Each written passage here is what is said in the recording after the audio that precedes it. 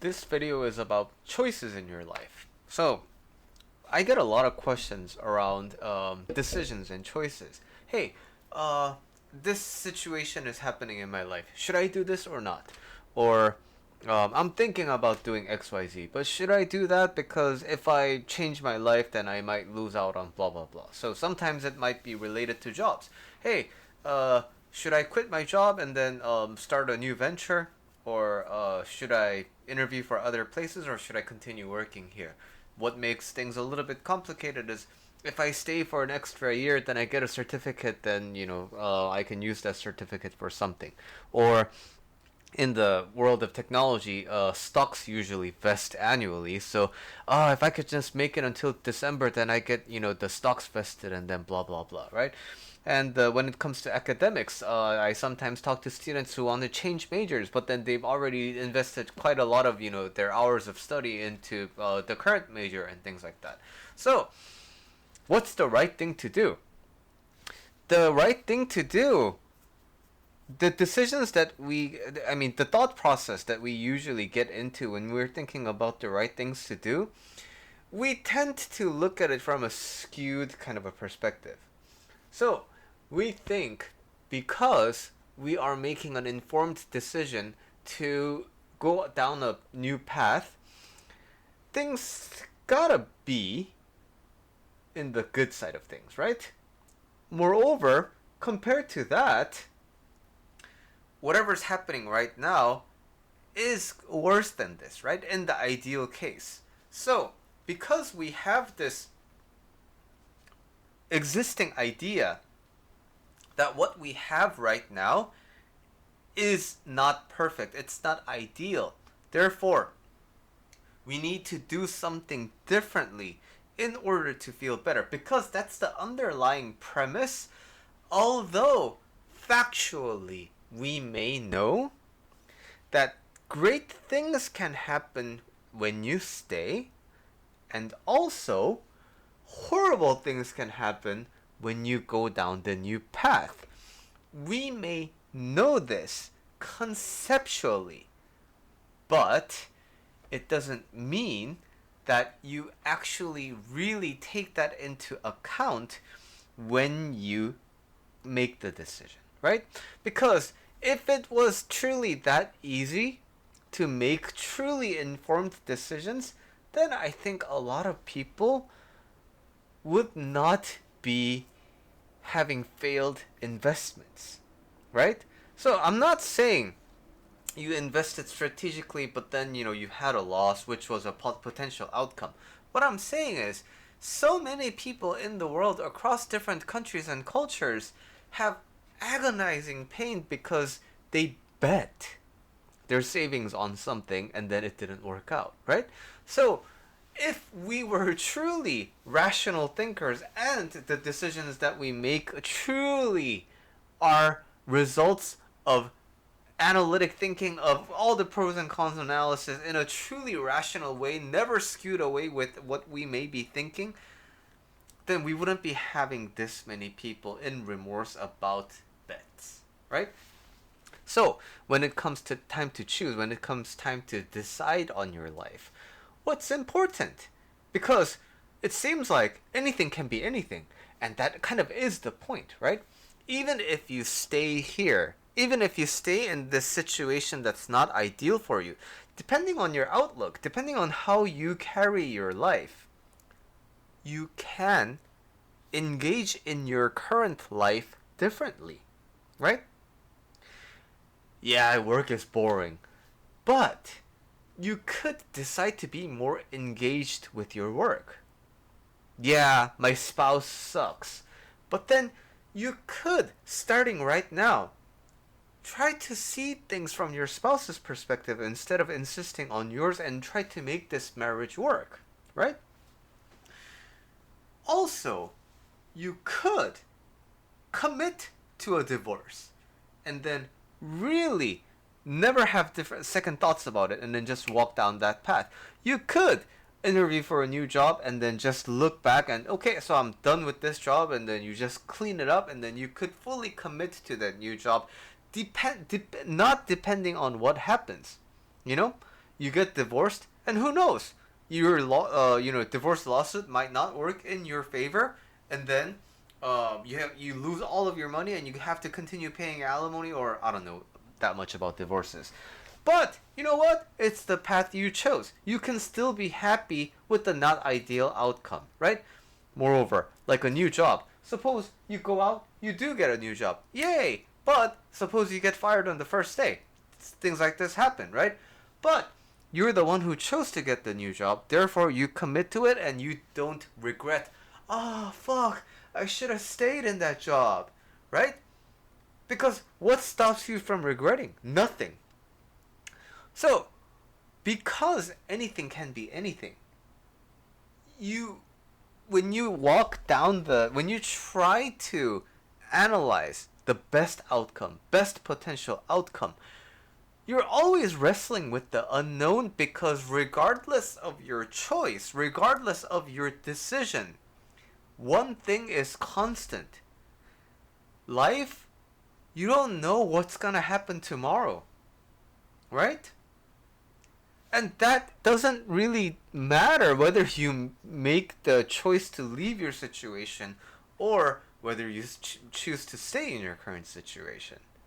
You don't know what's gonna happen in the future because the future is unknown.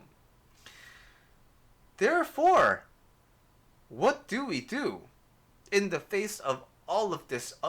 So many things are variable.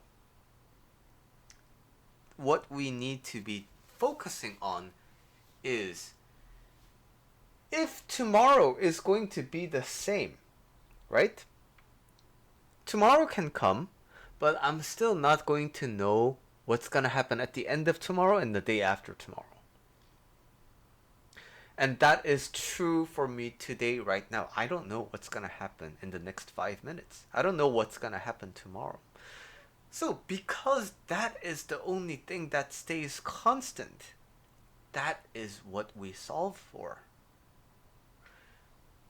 Instead of waiting until tomorrow, instead of waiting for your divorce, instead of waiting for you to quit your job, instead of waiting for you to move, instead of waiting to graduate, how can you be happy right now without making any changes to your life? This naturally leads to the inquiry about, then what is happiness? I think I need a new car in order to be happy. So in that case, that's totally a fine thing to think, then yeah, you would need a car, right? But won't you get used to the new car? And won't it not provide the same amount of happiness that it once did? Won't the car be a source of stress because you have to think about your finances, and also other people can crash into your car? They may steal from your car by breaking your windows. Somebody may run into it. You need to maybe wash it. You need to have a safe garage and things like that. So, is that car truly giving you happiness, and just happiness, right? What is happiness? I could give you the answer. I mean, the answer is simple, right? It's the lack of suffering. But the thing is, it doesn't really mean anything to you. It's just English words, the 3 words, lack of suffering. It means nothing to you when you don't do the inner work of answering this question to yourself. Not regurgitating what other people have said. Not, thinking of ideas that you read in books about what happiness means. What actually is happiness to you? Suppose you think it's romance and, it's having a loving family. Okay. Is it though? So, remember the car dialogue that I did 1 minute ago, right? Yeah, okay, I get it. New car is good. Especially if it's a fancy car, it's good. But it comes with its toll. It comes with its associated costs. Even with that, does that make you happy? Good. If so, then good, right? But there's a chance that no, that it's not complete happiness. Okay, but I'm not interested in cultivating dependent happiness in your life. I'm interested in cultivating independent happiness. Happiness that doesn't depend on anything. That's what I'm interested in cultivating my YouTube audience, right? So, again, the question is this.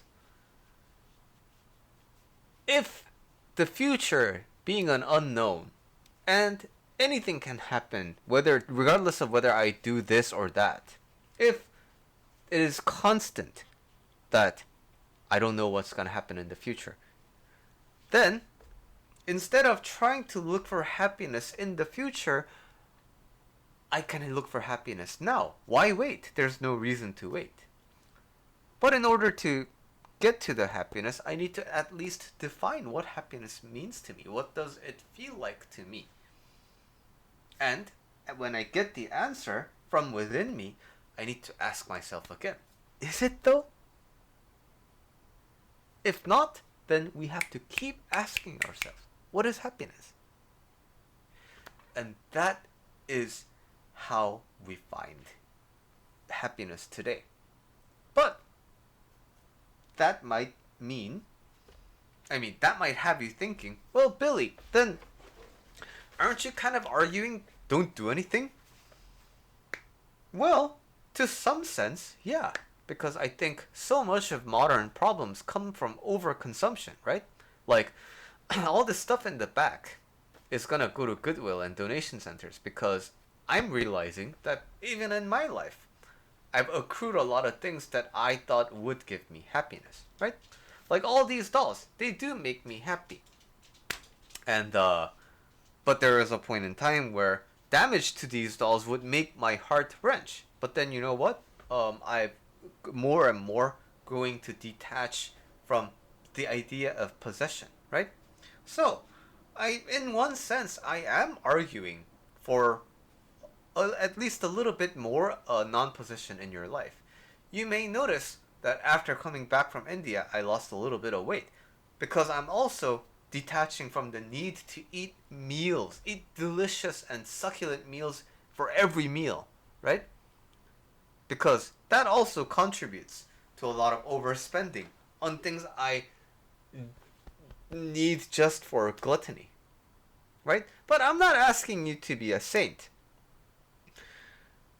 I'm asking you, yes, to some degree, I'm asking you to detach from your desires. But at the same time, I'm not saying then don't do anything. I'm saying I was happy in India. And in India, sanitation is really bad. There's no traffic laws virtually. And there's a sense of order and neat, sanitation and things like that. And, being able to spend credit cards and electricity being always available and water, warm water, always being available. These are very, very big luxuries in India, right? Especially the rural parts that I visited. But you know what? I'm happy right here, right now, and I was happy in India. But is it easier for me to be happier in the United States? I would argue so, because why? I'm used to the happiness that I got in America, right? Doesn't mean I can't be happy in India. But because of my life, because of the pattern of life that I have, I do find it easier for me to be happy in America. Now, that's just for me. But think of starving children, right? There are kids who can't afford meals. So, can they be happy? Yes, because Buddha argues that anyone can be happy regardless of their circumstance, and everyone has a right to happiness, right? Okay, but is it easier for kids to be happy when they're hungry or when they have a reliable meal to eat every day? It's the latter, right? So, yes, when life gives you lemons, you make lemonade out of it. But sometimes life gives you oranges. Sometimes life gives you peaches.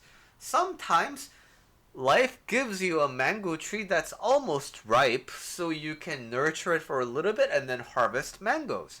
Sometimes life gives you information about agriculture so that you can potentially grow mango trees of your own.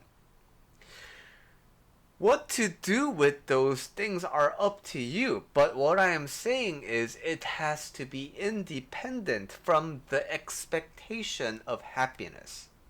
So, you might have an almost ripe mango tree, but there's nothing preventing a forest fire from burning that tree to the ground, which is what happened in California, right? And when you are free from expectations about happiness, yeah, your tree can burn down, but then, that potential was always there, right? My tree was never immune to fire in the first place. Therefore, this is something that could happen, and then it happened, right? And that's how life is, and that is not a reason to suffer. So thinking along these lines is what makes the decision process and the choice process a little bit more informed rather than emotionally driven.